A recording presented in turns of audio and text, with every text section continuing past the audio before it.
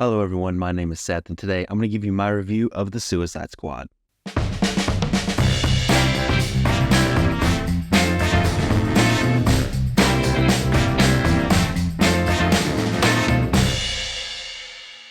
The video game Suicide Squad Kill the Justice League just came out by Rocksteady, and I'm not going to be reviewing it. I'm not going to be playing it for a while, at least maybe until it's like one of the PlayStation Plus free games, because it makes me sad. It does not look good to me, and from what I've seen, the reviews aren't that great. So I wanted to experience something good with the Suicide Squad. So I decided it would be fun to go back and watch 2021's James Gunn's version of the Suicide Squad.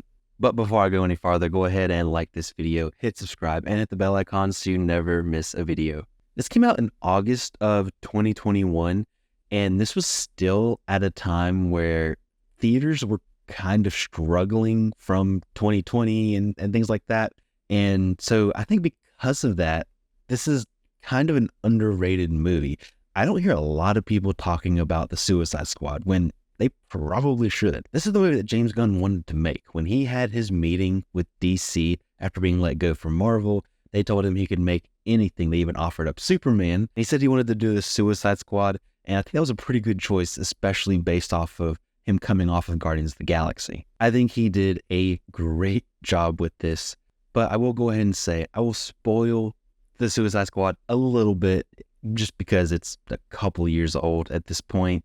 The story here is pretty simple, and that's not a bad thing, but there's a lot of characters you have to juggle, and you have to give them time, and I feel like just kind of a more simple story works best with this particular film. I will say that it's not without its interesting kind of twists and turns more toward the end of the film. The whole thing with Starro, and then keeping the team in the dark, and that whole thing with Peacemaker, I think that just added another layer to this movie that just really worked. I think honestly my only complaint with the story is that maybe it drags a little bit in the second act toward the middle of the film, like where they go to that bar. I think it kind of drags just a bit, but overall I think they did a really good job. They do a great job with the tone. It would be easy just to make this completely over the top and silly, but they do a good job of balancing the humor and the drama. There's some great emotional moments here,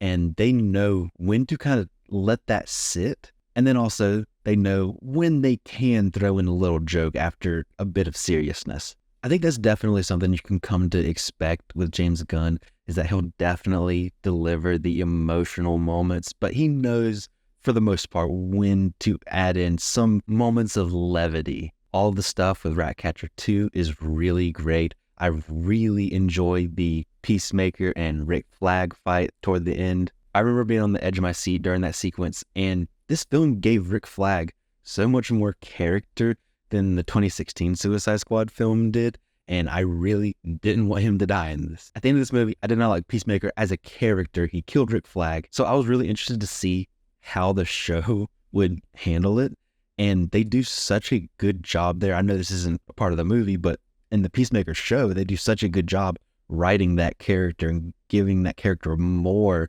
and throughout the show, I ended up liking the character more, and I feel like that just goes to show how strong of a writer and how well James Gunn understands character and character growth. The characters that we focus on here, like the main Suicide Squad members, they are all written very well. They all have different layers to them, and we get to know all of them a little bit more. And this is what makes this more than just an average action or comic book movie. What elevates any story is strong characters and making us care about the characters, and they absolutely do that here. Like I mentioned before, I loved everything with Ratcatcher. Bloodsport has some really good moments. Rick Flag had more character here, and Peacemaker was a fun addition to the team, and he made for an interesting dynamic. Harley is Harley, and everything with her is always a lot of fun. Even King Shark had just a little bit of an arc. This version of King Shark is different than what you might see in the comics, but I think it works for this film in particular. I mean, they take some of these characters that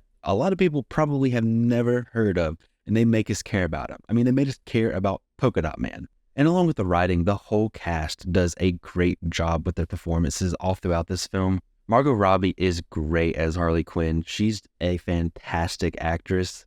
I may not love every movie that she's in as Harley Quinn, but I always love her performance as Harley Quinn. She has great chemistry with the rest of the cast. Idris Elba is super talented and he kills it here. He really helps give Bloodsport like more depth, and by the end I wanted to see more from this character. You heard me a couple times already mention Ratcatcher, and she was very well written, but what ties this character all together is Danielle Melchior's performance. She kind of had a blank slate to work with this character, and she did a fantastic job.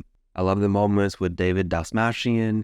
Sylvester Stallone was fun as King Shark. Joel Kinnaman was great, and John Cena was a really good addition. He did a much better job than I was expecting, and he continued to up that performance in the Peacemaker show. The action was so good. I love how James Gunn films his action. The choreography was great, and they got to showcase the characters' skills or powers throughout this film. And one difference between this and the 2016 Suicide Squad is that this is rated R, and it definitely earns that. This is a pretty violent movie. I loved that sequence with Peacemaker and Bloodsport kind of competing while they're clearing out that camp. I really love that sequence of Harley breaking out after being captured. And the action here can go over the top like it does kind of toward the end, but it works. The cinematography really helped just elevate this film, and there's a lot of really creative shots here. For example, I love the shot of Peacemaker and Rick Flag fighting in the reflection of Peacemaker's helmet. It's stuff like that, little details like that just adds a lot to a film. Overall, I really like the Suicide Squad. I think it's a lot of fun. It has some great action and some great cinematography. The story's simple. Maybe it drags a little bit in the middle, but the characters are really well written and the performances are there to match. I would give the Suicide Squad a 4 out of 5 stars. I think this movie shows that DC is in good hands with James Gunn. He understands storytelling and he understands that strong characters are key. But that's it. That's my review of the Suicide Squad. Have you seen this film? Let me know what you thought in the comment section down below. And while you're down there, have you played Suicide Squad Kill the Justice League? Let me know what you thought. Doesn't look too great to me, but I'd love to have a conversation with you about that as well. Don't forget to like this video, hit subscribe, and hit the bell icon so you never miss a video. Thank you so much for watching. I really appreciate it. You can follow me on social media pretty much anywhere at CinemaSeth, and I'll see you next time.